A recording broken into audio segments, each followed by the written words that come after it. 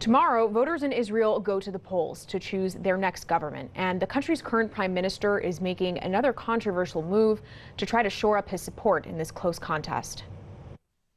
Israeli Prime Minister Benjamin Netanyahu says if he's re-elected, he'll annex Israeli settlements in the West Bank. The disputed land is a significant part of the Israeli-Palestinian conflict.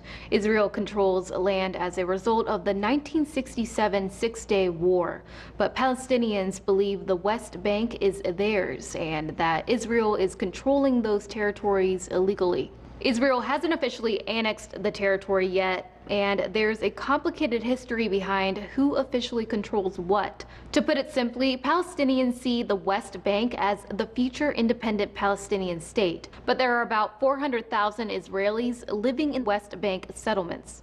This announcement from Netanyahu is stoking the already violent conflict, but many, including some Palestinian leaders, saw it coming.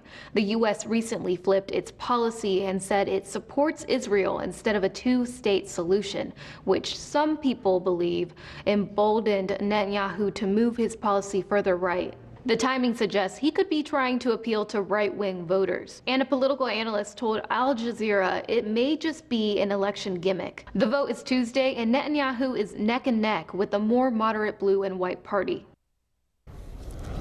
America's top diplomat is hardly a shy guy. But Secretary of State Mike Pompeo taking a pass today when asked about a dramatic late campaign announcement by Israel's prime minister. Benjamin Netanyahu says he will formally annex West Bank Israeli settlements if he is re-elected tomorrow.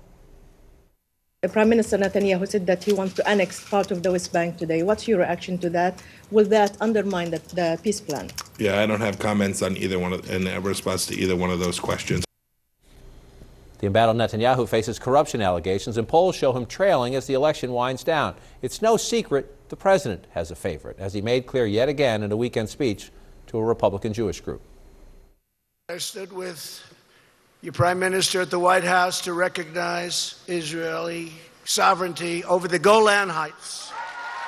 I stood with Prime Minister Netanyahu, Benjamin Netanyahu. How is the race going, by the way? How is it? Who's going to win the race? Tell me. I don't know. The incredible bond between the United States and Israel has never been stronger than it is right now. For Americans in the room, not Israelis. The president seemed to think that but let's come back to Secretary of State Pompeo first. I mean, there's no question the president's trying to put his thumb in this race for Netanyahu, but that's the American Secretary of State. Take Trump administration out of it. In any administration asked about a pretty bold move that is in violation of international law, of UN resolutions, and say, re-elect me tomorrow, and I'm going to annex territories that the United Nations and that the United States government pre-Trump was on the record of saying at least have to be subject to peace negotiations, and as of now is considered occupied land. I think the fact that Pompeo did not comment says a lot, and essentially is a comment, because the president has not tried to hide how he feels about Netanyahu at all. He's reversed decades of U.S. foreign policy toward Israel to embrace Netanyahu even closer.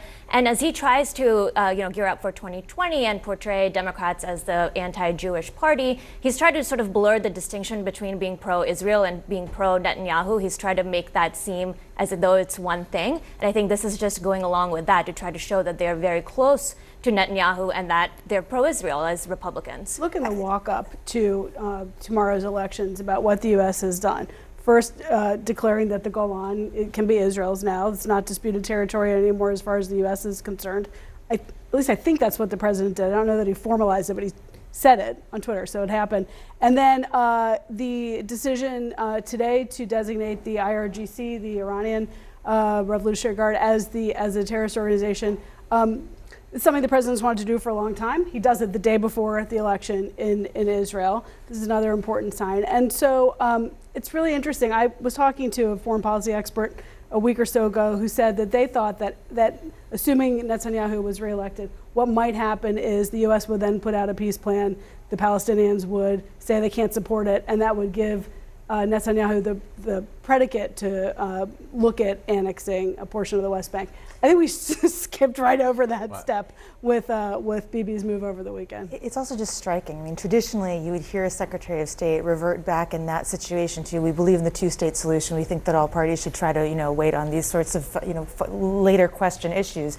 And the fact that you're not hearing Pompeo, go back to that, which is a non-answer and always has been, right? Or that, at least in recent years, means that maybe they've just thrown the two-state solution out the window, which leaves open all manner of possibilities of what they might decide to endorse, that Netanyahu might decide to do if he actually wins. If he actually wins. I just want to show you some headlines. The Jerusalem Post has a headline: the Prime Minister claims the U.S. knows about his annexation plans. If the U.S. knows, the Secretary of State took even more of a punt by not answering it there. And the headlines: Netanyahu wants Likud is poised to lose the election. He's the ultimate survivor. We will see how the election turns out. This plays out on the Democratic trail as well. The president, in that Republican-Jewish coalition speech, took after Congresswoman Ilhan Omar for anti-Semitic statements she has made that have complicated things for the Democrats. Democrats say that you can be anti-Netanyahu or critical of Netanyahu's policies and still be very pro-Israel. Beto O'Rourke, one of the Democrats over the weekend, putting that to the test. The U.S.-Israel relationship is one of the most important relationships that we have on the planet.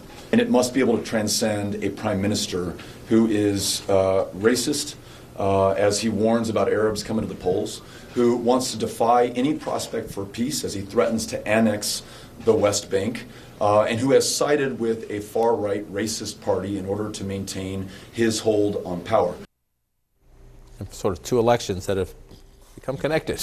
No doubt about it. It's been absolutely connected. And the president, the U.S. president, has been a pretty, I think, skillful, at least at the beginning, of, essentially drawing Democrats into this fight. So, it's the first, overall we should point out that, the vast majority of Jewish Americans vote Democrat, or they have, all the way along. We, see if 2020 is different, but it will be interesting on the margins to see how this is used as a lever by the White House, by the president, because that's exactly what he's doing. And we should point out, one of the people who was in the front row of that speech on Saturday in Las Vegas was Sheldon Adelson. Of course, he is one of the biggest donors on the Republican side. The president, the White House, wants that big check again from him in 2020. We'll probably get it. So all this is incredibly connected. Yeah, it's part of the fundraising strategy. It's part of the voter turnout strategy in a couple of states that have outsized Jewish voting populations, Florida, Pennsylvania, maybe a little bit in Ohio, Michigan. And it's meant also to boost the evangelical vote, because evangelical voters are decreasing in numbers as a proportion of the U.S. population, but are every bit overrepresented in terms of voter turnout and intensity. The president's trying to maximize that vote. The problem is, as we talk about many different issues, immigration, is that you can play the short-term political strategy, but with Middle East, Israeli-Palestinian politics, you don't know what's going to happen once you let this out of the box. And frankly, you play with a little bit of fire even domestically, because a few years ago, pre-Iran deal, you wouldn't have had this sort of debate in the U.S. Congress, and now you do, where people are being much more critical about the leadership of Israel, if not the country itself. You mentioned turnout here in the States. It's also part of the Prime Minister's turnout policy. He's thanking the President for the big announcement today, designating the Revolutionary Guard, the Iranian Revolutionary Guard, a terrorist group. We'll watch this play out. The election in Israel is tomorrow. When we come back,